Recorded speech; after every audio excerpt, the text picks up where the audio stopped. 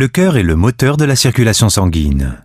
Il effectue de 60 à 80 battements par minute et transporte environ 70 ml de sang à chaque fois. Rapporté à 24 heures, le cœur effectue quelques 100 000 battements pour faire circuler 7 000 litres de sang.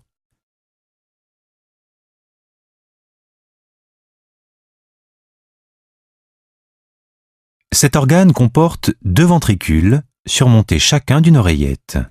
Pour assurer sa fonction de pompe, il possède 4 valves qui séparent les ventricules des systèmes respiratoires et circulatoires.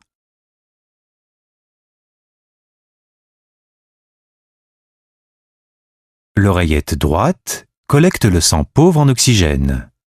Si l'on suit son parcours à travers le cœur, ce sang passe dans un premier temps dans le ventricule droit par la valve tricuspide de l'orifice auriculo-ventriculaire.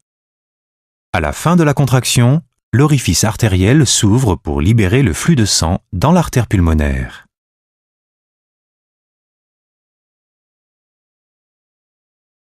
Le sang, qui s'est chargé d'oxygène au cours de son passage dans les poumons, est évacué par les 4 veines pulmonaires et rejoint l'oreillette gauche.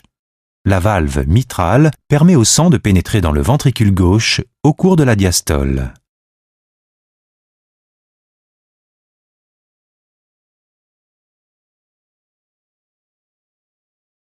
La seconde contraction expulse à forte pression le sang dans l'aorte. À partir de là, il se répartit dans le reste du corps. Pendant la phase de relâchement du cœur, la valve aortique se ferme et le sang chargé d'oxygène coule dans les artères coronaires droite et gauche.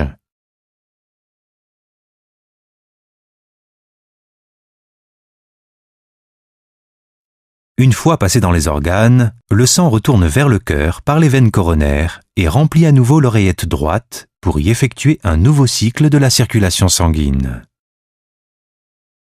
Si l'on considère l'activité cardiaque quotidienne sur la durée de toute une vie, on obtient des chiffres impressionnants.